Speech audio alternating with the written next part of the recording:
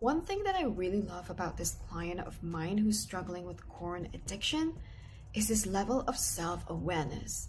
He can pretty much identify and point out to me his early childhood experiences, the traumatic ones, and how it shaped him as an adult and how he developed this unhealthy coping mechanism, aka his addiction today.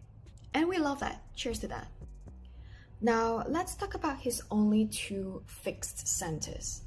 Let's start with this one at the very bottom, which is also known as the root center. And he has a fixed root center, and that often means that someone is going to be very attached to their home base, especially if you have been born, raised, and you've experienced different phases of life in this home. Most likely you won't stray too far from this home base, right? In contrast, let's talk about his many open centers. He has 7 of them. And we've talked about open centers before. Yeah, this client of mine, he is very susceptible to outside influence, right? And just trying on beliefs, behaviors, patterns that are not his, for example. With all that said, let's now paint a picture.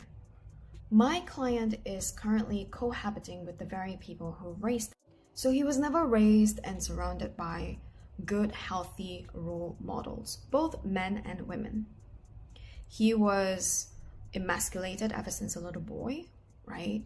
He comes from a family with very conservative and restrictive beliefs, which makes him very oppressed. On top of that, he was the only one out of his brothers to be homeschooled alone by the very same parent who emasculated him. So growing up this way, he is going to have social anxiety, difficulty connecting to women as a man. And yeah, it's just easy to isolate yourself and resort to corn addiction. And we can have compassion for that. So it is certainly not his fault that he is stuck in an environment or a home base with such negative influence and role models. At the same time, he is not meant to live like this forever.